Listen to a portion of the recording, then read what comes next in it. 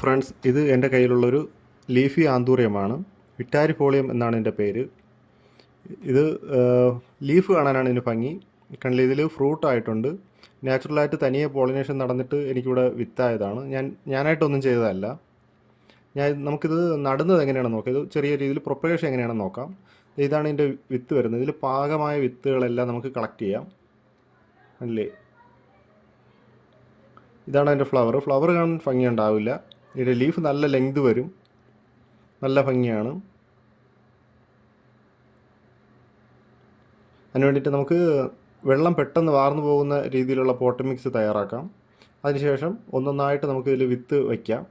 ഈ ഫ്രൂട്ട്സ് ഒന്നിനു മീതെ ഒന്നാവാത്ത രീതിയിൽ മാക്സിമം ഇതേപോലെ നമുക്ക് സെറ്റ് ചെയ്തെടുക്കാം.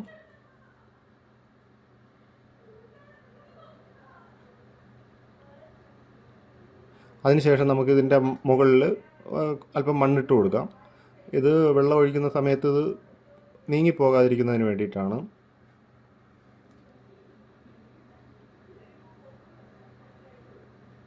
ഫുള്ളായിട്ട് നമുക്ക് കവർ ചെയ്ത് മണ്ണിട്ട് കൊടുക്കാം. ഒരു ചെറിയൊരു ലെയർ മതി.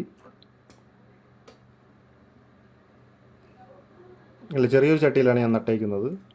ഇതുപോലെ തന്നെ ഞാൻ മുന്നേ നട്ടതാണ്. ഇത് നമുക്ക് തണലുള്ള സ്ഥലത്താണ് വയ്ക്കേണ്ടത്. ഡയറക്റ്റ് നല്ല വെയിലത്ത് വയ്ക്കാൻ പാടില്ല. അപ്പോഴത്തേക്കും ഇത് പെട്ടെന്ന് ഇത് ഗ്രോത്ത് വരും. ഈ ഗ്രോത്ത് വന്ന് ഇതിൻ്റെ റൂട്ടല്ല മുകളിലോട്ട് വരും. അപ്പോഴത്തേക്കും ഇതേപോലെ ക്ലേ ബോളാണ് ഞാൻ ഇട്ട് സപ്പോർട്ട് ചെയ്ത് കൊടുക്കുന്നത്. അപ്പോഴത്തേക്കും പെട്ടെന്ന് ഡ്രൈ ആവില്ല, റൂട്ടൊന്നും ഇല്ലാതായി പോവില്ല. ഇങ്ങനെയാണ് നമുക്കിത് സിമ്പിളായിട്ട് പ്രൊപ്പഗേറ്റ് ചെയ്ത് എടുക്കാൻ പറ്റുന്നത്.